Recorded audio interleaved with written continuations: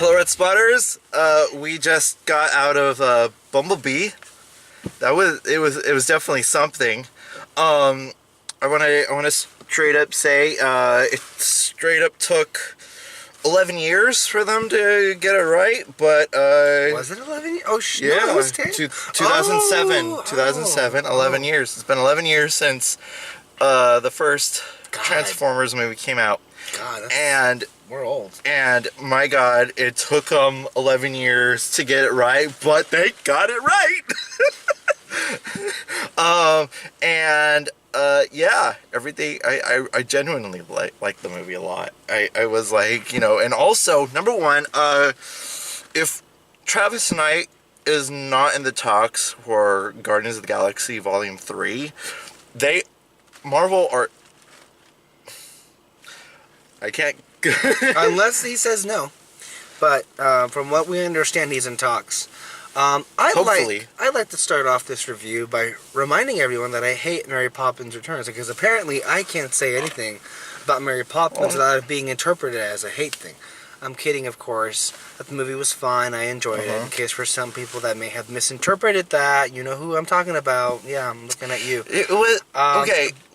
It made it clear in your Afterdark, because I'm the one who edits these things. And in the After Dark, it was clear that you said that you didn't hate it. I didn't hate it. I didn't love it. And I don't fall one way or the other that strongly about it. So. But nevertheless, you came out like, you were indifferent. That's the well, thing. Perhaps in that. But this is not the case here. And we have to be clear about these Transformers movies. I think most people at this point is pretty obvious that the Transformers franchise has kind of been a dud, even though they've made billions of dollars overseas, and they've made 5 of these things with Michael Bay. I, for one, saw Transformers 2007. I think that one is generally regarded to be, up until now anyway, the good Michael Bay Transformers movie. What were your thoughts on that movie? When I first saw it, I was like, because here's the thing. I watched the cartoons growing up, the Transformers cartoons, and I like those. I really like those. I mean, it was like nowhere near my love for the Ninja Turtles series, So I was already somewhat familiar with everything like that. I knew Cybertron, and I knew the Decepticons, Autobots, and I knew the lore of the Transformers series. So going in, I was like, oh, they're making a Transformers movie and all that stuff. And then it said Michael Bay, and I'm like, Pearl Harbor Michael Bay? Yeah. Okay, let's do it. And then they did it, and I was like, it was thoroughly entertaining. Yeah. It was thoroughly entertaining, and I'm like, okay, I could see this franchise, spanning out a couple of years, and it did, but not in the like progress, the quality kind, more like stupid quality and make your audiences dumber. I didn't love the first Transformers movies. I thought it was fine. I enjoyed it. Thought it was entertaining. It really, I don't think, left me with that high of a feeling. But then the other films kind of really, cemented my feelings. I thought 2 was shit. I thought 3 was bad. I didn't even bother seeing 4 and 5. I'll ask this guy how 4 and 5 were. I saw... Okay, which one is the last night? Is that 6? 5. That's 5? 5. Okay, I saw 4. Age of Extinction is 4. There's Age of Extinction, and then there's The Last Night. Age of Extinction... That's the one with Stanley Tucci, right? Yeah.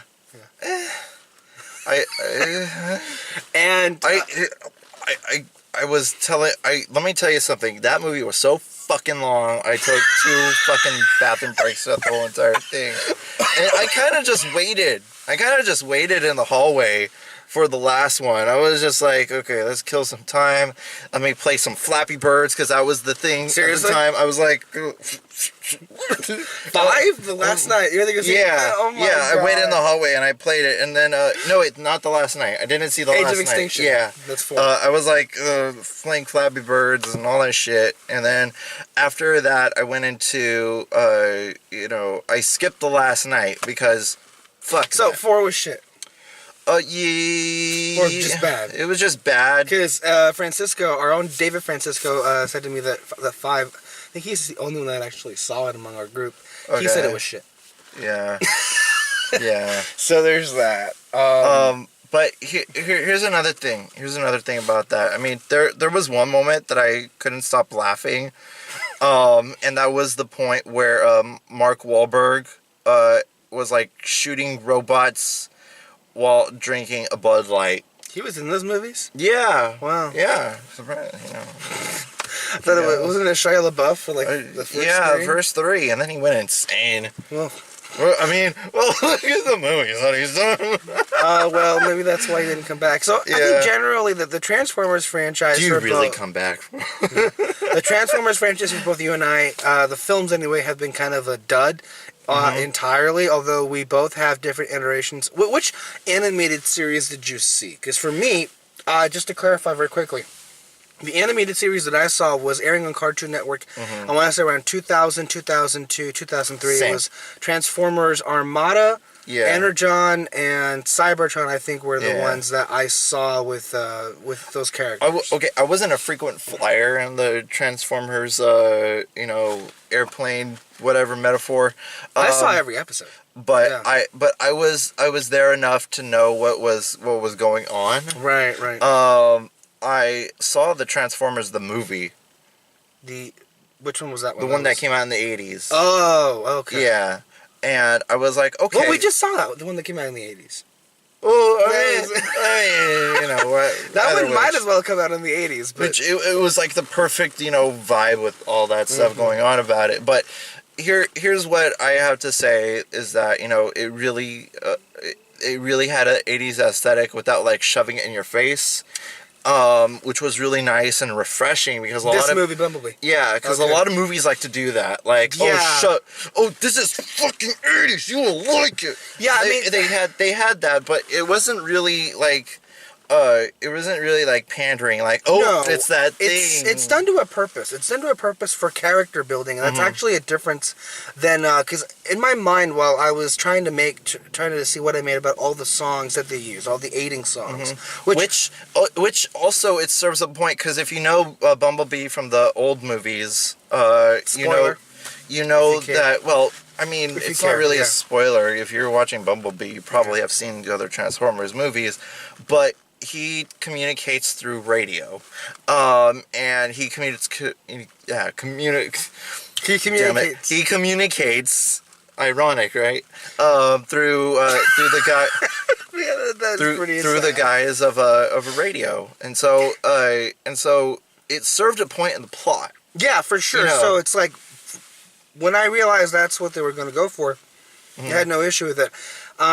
I was thinking, not that it compares at all to this in their use of music, but I was like, this is a really interesting way that they're handling it because they're throwing a lot of songs at you, but you don't feel like they are. Like in Suicide Squad, one of my issues in the beginning of the movie is when it was an iPod.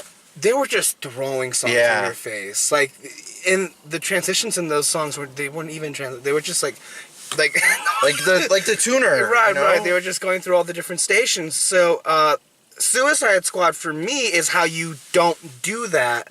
Whereas in Bumblebee, it was done well, but it made it even better when you realize that it was in service of character moments with Bumblebee in particular. It also helped establish a connection between Bumblebee and Haley Steinfeld, which I have to say is amazing in this movie. Yeah. I always been a believer of Haley Steinfeld because I don't know if you've seen this movie True Grit. No, she's great in everything from what I hear. Yeah, that's her start, and since then that's with Jeff Bridges, right? Yeah, and since then I was like, this girl is gonna go places, and she is. Edge of 17. Edge of 17, which was great. Comedically amazing. Her and her dynamic with Woody Harrelson in that movie was great. And I really like her. She's not like she doesn't have one, card up her sleeve. No, she has a range. A lot of people her age who transition from from teenhood to doing more adult orientated films. No, she really hits the nail on the head with her performances. And she's an actor. Yeah, she's an she is an actor. and I think that's she knows that she picks roles, I think, that challenge herself, and I think she was a big part of, I think, why this movie worked.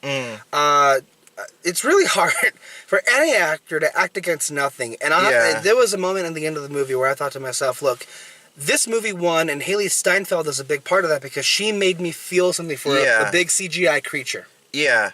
I feel bad for Megan Fox. Let me tell you why. Let me tell you why. Because they really short-written her character and gave her nothing to do. Unlike this one, the character development with Charlie, that's her character's name, throughout the whole thing. Right, Sarah, Haley Steinfeld. You know, so developed into what she is, what she goes through, and everything like that. There was an opening line of the whole thing, which we'll get into spoilers right now. Yeah. I like that, by the way. So just to be clear, that wasn't clear enough. In the beginning of the movie, she said, "Good morning, Dad," into a picture and all that stuff. Boom, you're automatically getting a development and everything like that. It's kind of a show, don't tell kind of scenario. Yeah, but I think really, maybe because we're looking at the Transformers movies before, this really is an exhibition, if you will, on how to do character from plot point A to plot point B. Because in a lot of ways, you realize, there is an attempt at a character arc in the Transformers movie. I don't know if we love this movie a lot because because of what came before it. I like this movie because, not thinking at the moment, because now we just mentioned the other movies. If I'm going to remove that from now, because I hate them, really, and looking at this movie, I think it stands perfectly on its own. I don't think you need to watch anything else, because really it's completely removed. I think this works as a movie in and of itself. I'm not sure I loved it, but I liked it. I thought it was good. I think this movie is an example of what they should have started off with. Yeah, but this kind of is the new beginning. Yeah, and so this is the subtle reboot in a way, because this is back in time in the 80s, as we just mentioned, so they kind of really distanced themselves from those movies. Everything. So they really don't have to acknowledge there's no characters other than Bumblebee and Optimus Prime who are in the film, which it's always great. That was the one thing kept keeping me going throughout the entire Transformers things, because Peter Cullen has been playing. I mean the old movies, the Michael Bay movies. Has been playing Optimus Prime since the 80s. Yeah. And he's still playing Optimus Prime, and to hear his voice as Optimus Prime is always wonderful. But back to the conversation, only them two are the only pieces, and also the end hints at the beginnings of the first Transformers movies. Right. It's interesting because, and maybe not even that, maybe more so, hopefully there's a sequel to this, because that would be interesting, at least for me, instead of having what the alternative was. What's really interesting is, on its own, I really loved the piece, the opening piece at Cybertron. We actually get to see Cybertron finally in a live-action setting. I fucking love that shit. It was like the way that it felt like I was watching an episode. Yeah, yes. It felt like I was watching. The problem with the Michael Bay movies is that they took themselves way too freaking seriously. With farts? There was phallic jokes there too. That was to cater to the lowest common denominator. Those jokes. That way they were like this. Oh, we have your dick joke. Hope you enjoyed that. But the thing about this movie in particular is that we didn't take it like the two Decepticons at the end are going over to a tower at the end of the movie, and the tower looks like freaking it ripped off of like freaking Joel Schumacher. Yes, and I loved it. Yes, I think a big part of this is that kind of in a similar vein of Aquaman, which was no Afterdark, but there will be a podcast on that, is that Peter and I really thought that the movie really knew what it was. Yeah. Now, in this particular sense, I'm not so sure the movie, I would call it like in a nice way of saying it, a stupid movie, because it's not. No, but it knows the material that it is. Yeah. And it doesn't take itself too seriously. And I think there's a kind of a charm to that opens itself up if it weren't otherwise. Talking about that last, I think all the set pieces here really, what makes it work is it's just kind of a small scale film. It really brought things down to earth. It really, literally, it was very, it was a very intimate movie. It was, and that's something you can't say. And one of the big issues that I had with those Michael Bay films was that, oh my God, was there an overindulgence in explosions and action sequences where you couldn't tell what was going on. And here, it was so nice to, like, actually see what was going on. Yeah, you knew there was like, oh, I recognize a character in that action sequence. Like, oh, that's Bumblebee, and that's that. I'm like this.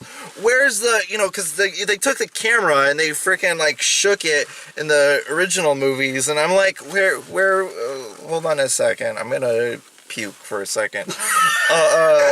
But it's just, it felt nice that you got, what was going on by, like, just looking at it. You didn't feel like you're going to get motion sickness or needed a double dose of Dramamine for this movie. There was also no shameless product placement to stop the movie in your face.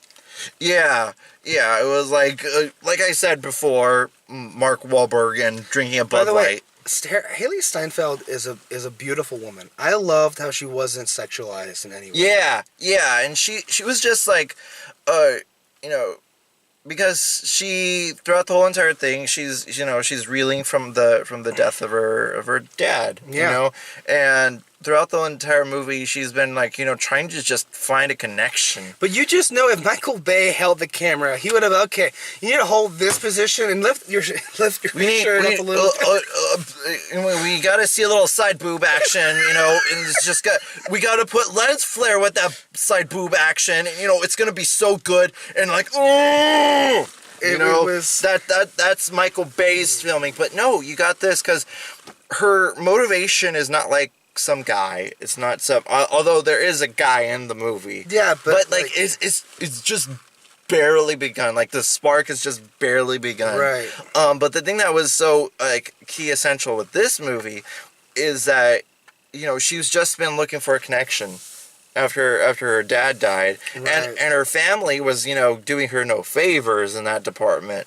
So throughout the whole entire thing, she was, she found that connection with Bumblebee, and that connection really freaking works. Yeah. Like the way that they really, the chemistry between, man and machine is really, really intriguing, And Bumblebee looks great too. Bumblebee looks fantastic. I could believe that, Bumblebee is there. Yeah, so maybe, there's also a difference here in this film in how the Transformers themselves, Decepticon and Autobot alike, are stylized. I think, and we got this from the trailers anyway, that they harken back to the original 80s series. 80s, yeah. They weren't overly complicated or overly ugly. I think a lot of the designs, for me anyway, were kind of ugly and hideous in the new films. Because they looked bland, they looked boring. Here, for the little Transformers that we do see, they all stand out on their own. Yeah.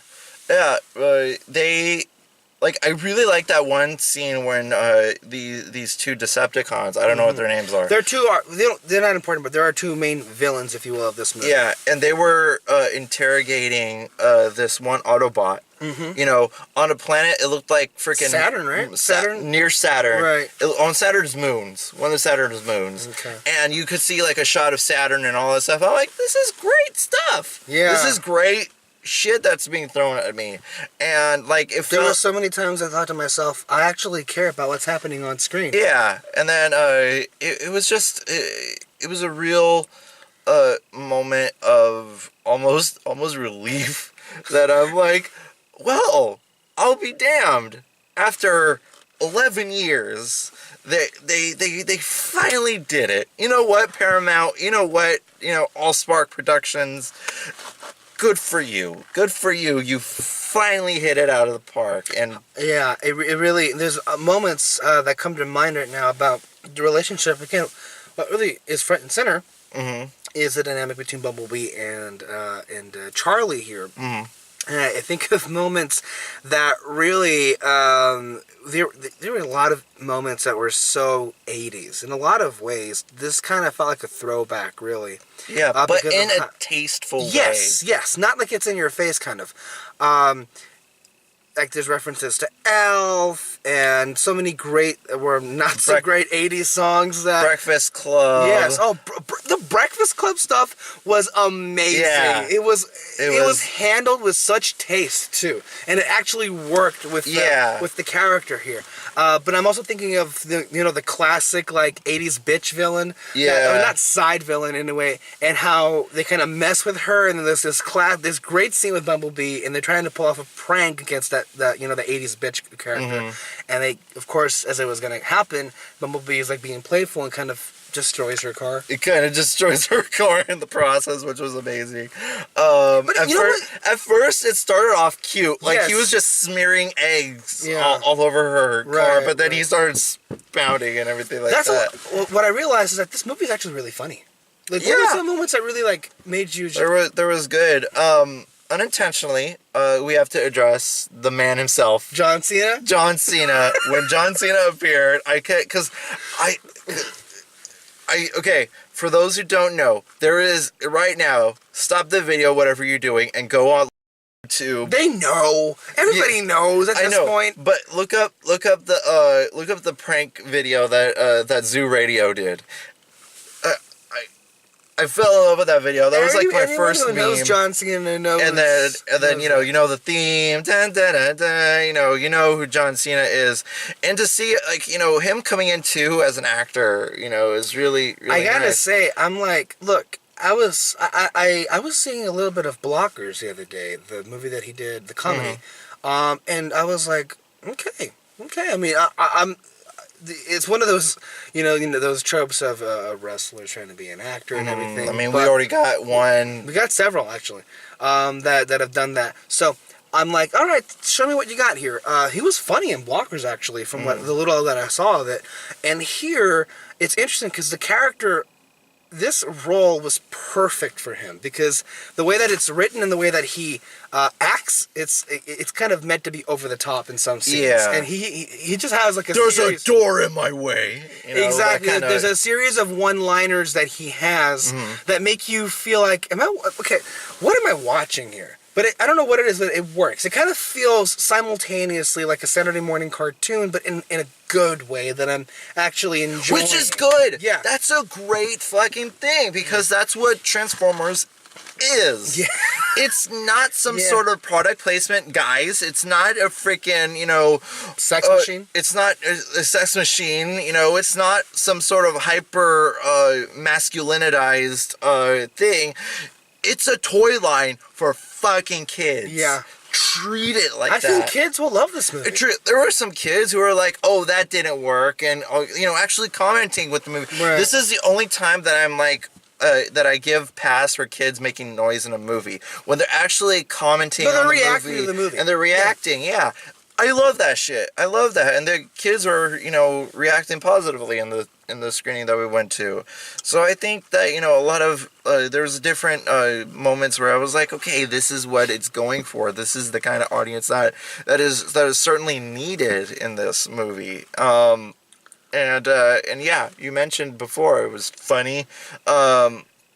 All the moment, like just subtle moments of what when Bumblebee went into the house. Yeah, that was. And was starting to ruin everything. Great visual gags, if this was a Michael Bay movie, like a full-on Michael Bay movie, that dog in the movie would have been farting like, I don't know, 10, 15, 50 times already by the time you get to that part. But overall, it's just like, I can't express it enough. This is the transform. I sound like a pretentious like critic on that you put on a box on the Blu-ray box, but it's like, this is the Transformers movie you have been waiting for, and I love it. I love every bit of it. I don't know yet. I have to like make it age. like how it is on when it gets to my top 10. But it's definitely in like the honorable mentions because it this year. Yeah, Interesting. Okay. because it really harkens back to the 80s and everything like that, but not in a pandering way. Yeah. That's not the brand nostalgia. We're here to make a good movie. Sit back, relax. Here's what we've been working on, and I think that this is like the good whole. I mean, my God, the summer came late this year. Yeah, that's kind of the thing. I'm happy you brought that up because again, this is one of those movies. God, I wish the summer. This should have been the summer. The summer was starved with mediocrity, and I mean. Again, I come off as pretentious saying that, but I just thought most of the films in the summer kind of drained the life out of me, really. And here we are in December, and I'm looking at Bumblebee, I'm looking at Aquaman, I'm looking at Into the Spider-Verse, and I'm thinking, these movies should have been in the summer. Yeah. Well, Aquaman's doing great. Maybe it was great that it came out this time of year, but I mean, I would have loved if Into the Spider-Verse, which was also amazing, by the way. Actually, that was a great film. And then this one should have been in the summer. It really should have. Yeah, it had a lot of summer vibes, beaches and everything like that. San Francisco, sunny California, it felt very summery, and I was like, this.